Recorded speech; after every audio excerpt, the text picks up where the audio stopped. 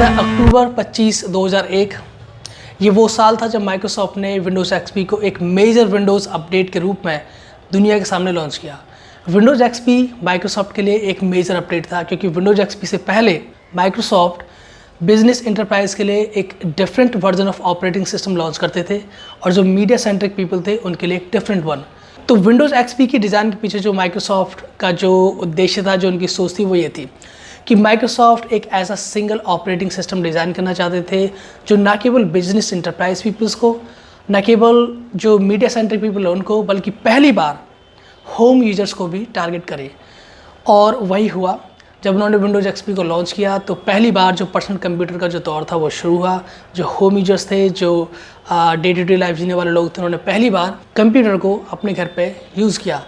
मैंने Windows XP को 2005 में पहली बार यूज़ किया और विंडोज़ एक्सपी वो ऑपरेटिंग सिस्टम रहा मेरे लिए जिसे यूज़ करके मैंने जाना कि कंप्यूटर्स क्या होते हैं और क्या वो कर सकते हैं। विंडोज़ एक्सपी ने एक बहुत पावरफुल एक यूज़र बेस माइक्रोसॉफ्ट को दिया और उसके पीछे जो कारण मुझे लगते हैं वो है विंडोज़ एक्सपी की सिंप्लिसिटी। उसे यूज़ करने का जो आसान ढंग था, स्टार्ट मेन्यू के साथ में जो बॉटम लेफ्ट कॉर्नर से आप उसे एक्सेस कर सकते थे, उसे एक्सेस करके आप अपने फेवरेट्स एप्लीकेशंस को सर्च कर सकते थे। और ये जो स्टार्ट मेन्यू का जो दौर है वो विंडोज़ एक्सपी से शुरू हुआ, विंडोज़ विस्टा में गया, विंडोज़ 7 में गया। विंडोज़ विस्टा जिसे माइक्रोसॉफ्ट ने 2007 में लॉन्च किया वो उतना फेमस नहीं रहा, वो विंडोज़ एक्सपी की लेगेसी को कंटिन्यू नहीं रख पाया। जबकि विंडोज़ विस्टा के पीछे एक हाइप थी कि वो फ्लैट डिज़ाइन के साथ है, काफ़ी मॉडर्न लुकिंग है, उसके बावजूद भी लोगों को वो पसंद नहीं आया, जो भी रीजंस रहे। उसके बाद 2009 में माइक्रोसॉफ्ट ने विंडोज़ 7 को लॉन्च किया और विंडोज़ 7 ने वो किया जिसकी उम्मीद माइक्रोसॉफ्ट की थी। विंडोज़ 7 का जो अडॉप्शन था लोगों के बीच में, उसने पहली बार विंडोज़ एक्सपी के अडॉप्शन को एक्सीड किया in terms of numbers of users. उसके बाद माइक्रोसॉफ्ट ने जो नेक्स्ट अपडेट लॉन्च की विंडोज़ 8 के रूप में, वो अगेन बिल्कुल वैसे ही गया जैसे कि विंडोज़ विस्टा था। और इसके पीछे जो सबसे बड़ा कारण था वो था स्टार्ट स्क्रीन को सर्च करने का कन्फ्यूजन। विंडोज़ एक्सपी से लेकर विंडोज़ 7 तक इन तीनों ऑपरेटिंग सिस्टम के बीच में जो लोगों की जो सबसे पसंदीदा चीज़ थी एक विंडोज़ को यूज़ करने के पीछे, वो थी उसकी स्टार्ट स्क्रीन। जैसे वो बॉटम लेफ्ट कॉर्नर में जो स्टार्ट बटन होता है उससे एक्सेस कर सकते थे। लेकिन विंडोज़ 8 के साथ में जो माइक्रोसॉफ्ट ने किया, ये एक मॉडर्न लुकिंग UI था जो माइक्रोसॉफ्ट ने इंट्रोड्यूस किया विंडोज़ 8 के साथ में, जहाँ पे आप एप्लीकेशंस को टाइल्स पे क्लिक करके एक्सेस कर सकते हो। और अगर आपको कोई एप्लीकेशन सर्च करना है जो उन टाइल्स में नहीं है या आपने उन टाइल्स में जिसका जो शॉर्टकट है वो इम्प्लीमेंट नहीं किया है, तो उसे सर्च करने के लिए जो आपको करना था वो ये था कि उस एप्लीकेशन का जो नाम है वो आपको कीबोर्ड पर टाइप करना था। और ऐसा करने से जो ये मेन स्क्रीन थी विंडोज़ 8 की, वो अपने आप में ही एक सर्च स्क्रीन में कन्वर्ट हो जाती है। लेकिन क्योंकि लोगों की जो मसल मेमोरी थी वो स्टार्ट बटन के साथ जुड़ी हुई थी, तो वो इस बात को समझ नहीं पाए कि अगर उन्हें कोई भी आइटम विंडोज़ 8 पर सर्च करना है तो उन्हें बस सिर्फ टाइप करना है, ना कि एक स्टार्ट बटन को सर्च करना है पहले। और इस वजह से बहुत बड़ा कन्फ्यूजन पैदा हुआ। उस कन्फ्यूजन को दूर करने के लिए माइक्रोसॉफ्ट ने विंडोज़ 8.1 को भी ट्राई किया, जो सफल नहीं रहा। फिर माइक्रोसॉफ्ट ने 2012 में विंडोज़ 10 को लॉन्च किया और विंडोज़ 10 में उन्हें फिर से जो स्टार्ट स्क्रीन थी वो वापस इम्प्लीमेंट करनी पड़ी, बिल्कुल उसी पोजीशन पे बॉटम लेफ्ट कॉर्नर पे। जो चेंजेस उन्होंने स्टार्ट मेन्यू के साथ यहाँ पे किए वो ये थे कि जो टाइल थी विंडोज़ 8 की, उन टाइल्स को उन्होंने वहाँ पे कंटिन्यू रखा उस स्टार्ट स्क्रीन में। तो इससे न केवल एक मॉडर्न लुक मिला विंडोज़ 10 को, बल्कि जो विंडोज़ एक्सपी और विंडोज़ 7 की जो सिंप्लिसिटी थी वो उसको भी उन्होंने बनाए रखा। तो विंडोज़ 10 ने, जैसे विंडोज़ 7 ने विंडोज़ एक्सपी के यूज़र बेस को एक्सीड किया, वैसे विंडोज़ 10 ने विंडोज़ 7 के यूज़र बेस को एक्सीड किया in terms of number of users. और अब इस साल विंडोज़ 11। तो माइक्रोसॉफ्ट 2021 में इस साल हॉलीडे सीज़न के टाइम पे में भी हो सकता है शायद क्रिसमस के आसपास विंडोज़ 11 को लॉन्च करने जा रहे हैं। तो आप सोच रहे होंगे कि इस बार क्या होने वाला है विंडोज़ 11 के लॉन्च के साथ में, क्योंकि विंडोज़ एक्सपी एक हिट ऑपरेटिंग सिस्टम था, Windows Vista kind of flop, Windows 7 again hit, Windows 8 kind of flop, Windows 10 hit, Windows 11 मेरा मानना ये है जो विंडोज़ 11 के बारे में मैंने देखा है और जाना है वो ये है कि विंडोज़ 11 ये जो साइकिल माइक्रोसॉफ्ट का चलता आ रहा है हिट एंड फ्लॉप का, इसे ब्रेक करने में सफल रहेगा। क्योंकि बहुत कुछ है जो बहुत अच्छा है विंडोज़ 11 में, और ये एक तरह से विंडोज़ 10 का ट्रू सक्सेसर के रूप में भी उभर के सामने आ सकता है। तो सबसे पहले मैं विंडोज़ 11 के डिज़ाइन के बारे में बात करूँगा। माइक्रोसॉफ्ट ने इस बार जो विंडोज़ जो 10 की जो डिज़ाइन है, काफ़ी कुछ एलिमेंट्स आपको विंडोज़ विस्टा से लिए गए दिखाई देंगे। जैसे कि फ्लैट डिज़ाइन, विंडोज़ 11 में जो डिज़ाइन है वो बहुत फ्लैट है, थोड़ी थोड़ी विंडोज़ विस्टा के जैसी। और जो सबसे बड़े चेंजेस आपको दिखाई देंगे एस्थेटिक में वो हैं कि जो विजुअल्स हैं, जो विजुअल एलिमेंट्स हैं विंडोज़ 11 के बहुत ग्लासी हैं, ट्रांसलूसेंट टाइप के हैं, ट्रांसपेरेंट हैं। ऐसा लगेगा कि सब कुछ ग्लास से बनाया गया है विंडोज़ 11 में। लेकिन इस सब के बावजूद ये बहुत लाइट ऑपरेटिंग सिस्टम है। जो थीम्स हैं वो बहुत लाइट है, और जो स्टार्ट मेन्यू है, जो माइक्रोसॉफ्ट ने स्टार्ट मेन्यू को इस विंडोज़ 11 में इम्प्लीमेंट किया है, उसे उन्होंने सेंटर में रखा है। जो फिलॉसफी उनकी इस सेंट्रली लोकेटेड स्टार्ट मेन्यू के पीछे है वो ये है कि जो विंडोज़ 11 है ये आपके इकोसिस्टम में सेंट्रल होना चाहिए, ये एक केंद्र बिंदु की तरह रहना चाहिए। फिर आप चाहे एक मैक यूज़र हों या फिर आप एक क्रोम ओएस यूज़र हों, अगर ऐसा कुछ है जो जिसका एक्सपीरियंस आपको उन दोनों ओएसएस पर नहीं मिलता है या कहीं और नहीं मिलता है, तो वो सारे एक्सपीरियंसेस आपको विंडोज़ 11 में यहाँ पे मिल जाएंगे। तो विंडोज़ 11 एक केंद्र बिंदु के तौर पे रहना चाहिए आपके ओवरऑल इकोसिस्टम में, जितनी भी डिवाइसेस आप अलग अलग तरह की डिवाइसेस आप यूज़ करते हो। तो जो स्टार्ट मेन्यू है इसके बारे में आपको थोड़ा सा बता देता हूँ।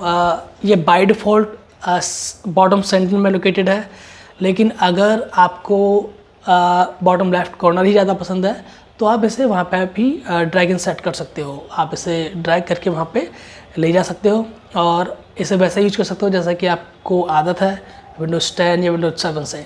स्टार्ट मेन्यू में जो एक और डिफरेंस आपको देखने को मिलेगा वो है रिकमेंडेशन के रूप में। स्टार्ट मेन्यू में आपको वो applications automatically through AI as a recommendation दिखाई देंगे जिन्हें आपने प्रीवियसली यूज़ किया होगा। तो इसका जो फ़ायदा होगा वो ये होगा कि कई बार आपको अपने एप्लीकेशंस को टाइप करके सर्च करने की ज़रूरत नहीं पड़ेगी, क्योंकि AI इन्हें automatically based on previous searches आपको रेकमेंड कर रहा होगा, तो वो आपको स्टार्ट मेन्यू पे एज ए रिकमेंडेशन दिखाई दे जाएंगे। नई थीम्स आपको विंडोज़ 11 में मिलती हैं जो बहुत ब्यूटीफुल थीम्स हैं। और एक इम्पॉर्टेंट फीचर जिसके बारे में बात करना चाहता हूँ विंडोज़ 11 में वो है ऑडियो को म्यूट करने के फीचर्स। आपको पता होगा कि विंडोज़ में जो एक अच्छी बात रही है वो ये है कि आप अलग अलग एप्लीकेशंस के लिए अलग अलग साउंड लेवल सेट कर सकते हो। जैसे कि जो सिस्टम साउंड है उसे आप अलग रख सकते हो, किसी एक म्यूजिक एप्लीकेशन के लिए जो साउंड है उसे आप अलग रख सकते हो। तो अगर आपको कभी भी ऐसी ज़रूरत होती है कि आपको जो ओवरऑल साउंड उसे म्यूट करना है, तो उसका एक mute button bottom right corner पर आपको as a dedicated button Microsoft ने दिया है। ये एक बहुत ही निफ्टी फीचर है, इसे आप यूज़ कर सकते हो। अब मैं बात करूँगा विंडोज़ मैनेजमेंट कंट्रोल के बारे में। विंडोज़ मैनेजमेंट कंट्रोल इस बार कहीं ज़्यादा इम्प्रूव्ड है और विंडोज़ 11 में इसका इम्प्लीमेंटेशन और भी ज़्यादा खूबसूरत है। तो वो लोग जिन्हें मल्टीपल विंडोज़ पर एक साथ काम करने की आदत है उनके लिए आपको और ऑप्शंस माइक्रोसॉफ्ट ने दिए हैं इस बार। तो इसे एक्सेस करने के लिए आपको जो मैक्सिमाइज़ बटन होता है किसी भी विंडोज़ पे, उस पर आपको कर्सर को हावर करना है, और जैसे आप हावर करते हो तो जितने भी वो स्नैप व्यूज़ है, डिफरेंट स्नैप व्यूज़, जैसे कि 3 टाइल स्नैप व्यू या 2 टाइल स्नैप व्यू या फिर 3 टाइल्स ऊपर और 1 टाइल नीचे, ये सारे ऑप्शंस आपको वहाँ पे मिल जाएंगे। तो ये बहुत इजी है। जैसा मैंने कहा कि मैक्सिमाइज बटन पे हावर करने पर से ही आप विंडोज़ मैनेजमेंट कंट्रोल को एक्सेस कर सकते हो, जो कि पहले नहीं था। एक और फीचर है जो विंडोज़ में आप यूज़ करते रहे होगे और वो है एक्सटर्नल डिस्प्लेज। तो पहले क्या होता था कि जब आप एक्सटर्नल जो डिस्प्लेज अपने लैपटॉप के साथ या किसी और कंप्यूटर के साथ यूज़ करते थे, तो मान लीजिए आपने बहुत सारे एप्लीकेशंस ओपन किए हुए हैं, नाइसली उन्हें लेड आउट किया हुआ है, लेकिन जब भी आप एक्सटर्नल डिस्प्ले को या स्क्रीन को आप अपने लैपटॉप से अलग करते हो तो होता यह था कि वो सारा कुछ वहाँ से हट जाता था। लेकिन अब ऐसा नहीं होगा, क्योंकि विंडोज़ 11 में माइक्रोसॉफ्ट ने विंडोज़ मेमोराइजेशन एक फ़ीचर को इंक्लूड किया है, और उसका जो काम है वो यही है कि जो अरेंजमेंट आपने एक्सटर्नल डिस्प्ले पे किए थे, विंडोज़ 11 उस अरेंजमेंट को अब याद रखेगा।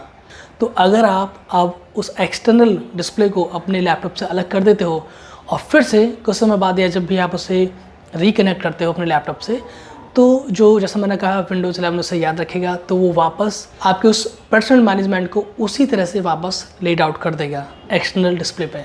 तो ये जो इम्प्रूवमेंट माइक्रोसॉफ्ट ने विंडोज़ 11 में इम्प्लीमेंट किया है, ये आपको बहुत पसंद आएगा और इसे आप एंजॉय भी करोगे। और अब मैं बात करने जा रहा हूँ सबसे बड़ी फीचर की, जो हेडलाइन वर्दी फीचर है, और वो है कि अब आप माइक्रोसॉफ्ट विंडोज़ 11 में पहली बार एंड्रॉयड एप्लीकेशंस को नेटिवली विंडोज़ 11 में रन कर सकते हो। तो इसका मतलब आप समझ रहे हो कि जो आपके फेवरेट एंड्रॉयड एप्लीकेशन जिन्हें सिर्फ और सिर्फ आप एंड्रॉयड स्मार्टफोन पे यूज़ कर सकते थे अब तक, अब आप उन एप्लीकेशंस को नेटिवली विंडोज़ 11 में अपने लैपटॉप पे या डेस्कटॉप पे यूज़ कर सकते हो, जैसे कि टिकटॉक। तो ये सब कैसे हुआ? अगर आपको याद हो कि कुछ साल पहले जब माइक्रोसॉफ्ट का अपना मोबाइल ऑपरेटिंग सिस्टम हुआ करता था विंडोज़ मोबाइल ऑपरेटिंग सिस्टम के नाम से, तब ऐसे बहुत सारे एप्लीकेशंस थे जो बड़ी कंपनियों ने उस ऑपरेटिंग सिस्टम के लिए नहीं बनाए, जैसे कि गूगल ने यूट्यूब एप्लीकेशंस को नहीं बनाया, लेकिन माइक्रोसॉफ्ट ने इन हाउस यूट्यूब एप्लीकेशंस को डिज़ाइन किया और उसे अपने विंडोज़ मोबाइल ऑपरेटिंग सिस्टम में डाल दिया। लेकिन जब गूगल की तरफ से विरोध जताया गया तो माइक्रोसॉफ्ट को उस एप्लीकेशन को हटाना पड़ा।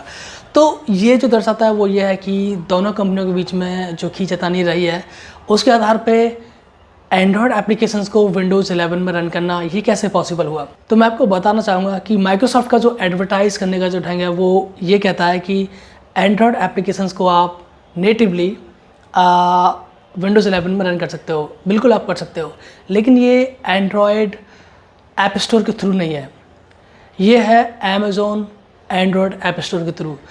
अमेज़ॉन का जो अपना एंड्रॉयड ऐप्स का जो ऐप स्टोर है, उस ऐप स्टोर से आप विंडोज़ 11 में एंड्रॉयड ऐप्स को डाउनलोड कर सकते हो और उन्हें रन कर सकते हो। तो जो आपको करना होगा वो ये होगा कि पहले आपको एक बार और सिर्फ एक बार के लिए जो अमेज़ॉन ऐप स्टोर है उसमें आपको लॉगिन करना पड़ेगा अमेज़ॉन आईडी से, और उसके बाद जब आप विंडोज़ जो ऐप स्टोर है माइक्रोसॉफ्ट ऐप स्टोर, उसमें जब आप लॉग इन हो गए तो वहाँ से आप जो एप्लीकेशंस, जो Android applications Amazon app store पर अवेलेबल हैं, उन सब को आप विंडोज़ 11 में डाउनलोड कर सकते हो और उन्हें नेटिवली रन कर सकते हो।